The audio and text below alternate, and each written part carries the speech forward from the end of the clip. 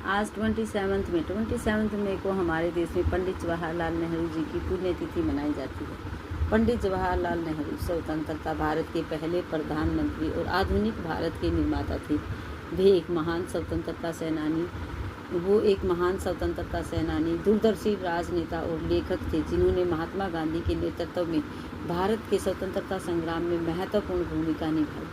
पंडित जवाहरलाल नेहरू जी का जन्म 14 नवंबर 1889 को इलाहाबाद में हुआ था, जो कि उत्तर प्रदेश में है। वह एक संपन्न और प्रतिष्ठित कश्मीर पंडित परिवार से थे। उनके पिता मोतीलाल नेहरू एक जाने माने और धनी बैरिस्टर थे। उनकी माता का नाम स्वरूपा रानी था। उनकी पढ़ाई लिखाई, नेहरू जी की जो बचपन की पढ़ाई थी, जिस तरह नर्सरी क्लास, LKG क्लास, इस तरह की पढ़ाई जो होती है, जो बच्चे स्कूल में जाकर ग्रहण करते हैं, उनकी पढ़ाई लिखाई घर पर ही निजी शिक्षकों द्वारा करवाई गई थी। जो ट्यूशन टीचर होते हैं, उनके द्वारा उनकी पढ़ाई करवाई गई। उन्हें 15 वर्ष की आयु में विदेश भेज दिया। वह इंग्लैंड चले गए। वहाँ उन्होंने हैरो स्कूल और कैम्ब्रिज के ट्रिनिटी कॉलेज से शिक्षा प्राप्त की और कानून की डिग्री हासिल की। वो वकील बन गए।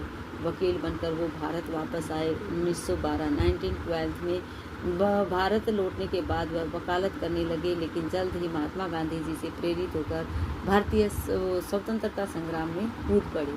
उन्होंने स्वतंत्रता में अपनी महत्वपूर्ण भूमिका निभाई। वो स्वतंत्र भारत करवाने में उनका अहम हाथ था। बच्चों के प्रति उनके विशेष प्रेम और लगाव के कारण उनके जन्म दिवस को भारत में बाल दिवस के रूप में मनाया जाता है।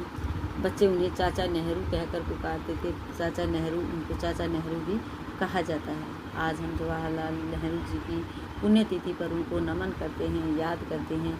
और आज हम बच्चों को जो सिखाएंगे वो है H for hand लेटर हम बच्चों को लिखना सिखाएंगे, जिसमें बच्चे स्ट्रेट लाइन लगाकर इस तरह से H for hand, H for hand, H for hair, बहुत सारे वर्ड हम बच्चों को बताएंगे। इस तरह H लेटर की पहचान करेंगे बच्चे। हम H for hand बच्चों को इस तरह से बनाना भी सिखाएंगे किसी भी चीज़ के साथ, ताकि बच्चों को हमेशा याद रहे। इस तरह H for hand बनाकर इसके अंदर जो H है उसको सर्कल करेंगे बच्चे, तो बच्चों को H लेटर की जल्दी पहचान होगी और अच्छे से पहचान होगी। आज का हमारा वर्क यही रहेगा।